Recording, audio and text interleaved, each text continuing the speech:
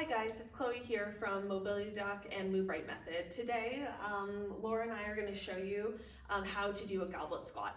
So this is really great for beginning to address level change strength. So that means that your hips, knees, and ankles are bending.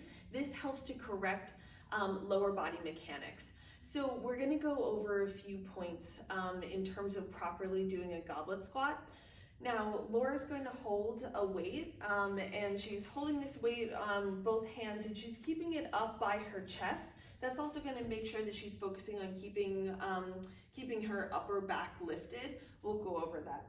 Now, in terms of setup for the feet, Laura's feet are about hips distance apart or so, and how wide your feet are and then also how much your toes are pointed out is related in part due to mechanics, like so how long your limbs are, and also flexibility. So Laura's a perfect example of someone who's pretty flexible. So she's going to, where her feet are positioned and the way that her toes are oriented might be a little bit different.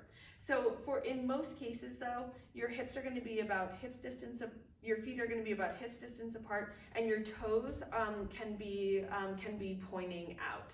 So this helps to externally rotate your hips, which gives you a little bit more space. So Laura's going to begin by just slightly bending at her hips, and then she's going to start pushing her knees out as she lowers down. This will give you a pretty good idea as to how wide your feet have to be. If your hips are a little bit tighter, you're going to feel that your heels are starting to lift up off of the ground. We want to try to keep the heels on the ground.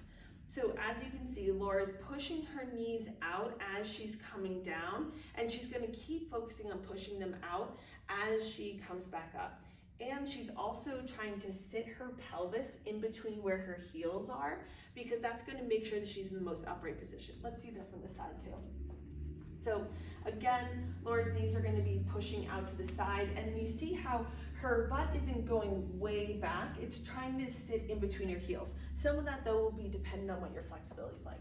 If flexibility is a little bit more challenging, you can place something underneath your heels. This is just a rolled up yoga mat, so you can do that. And she's going to place the edges of her heels there, and then she'll do the same thing. This is a great way to start, because what we want to do is we want to teach your body to begin to move into that range of motion. And then what you can do is, as your flexibility is improving, then you can slowly decrease the amount that your heels are lifted.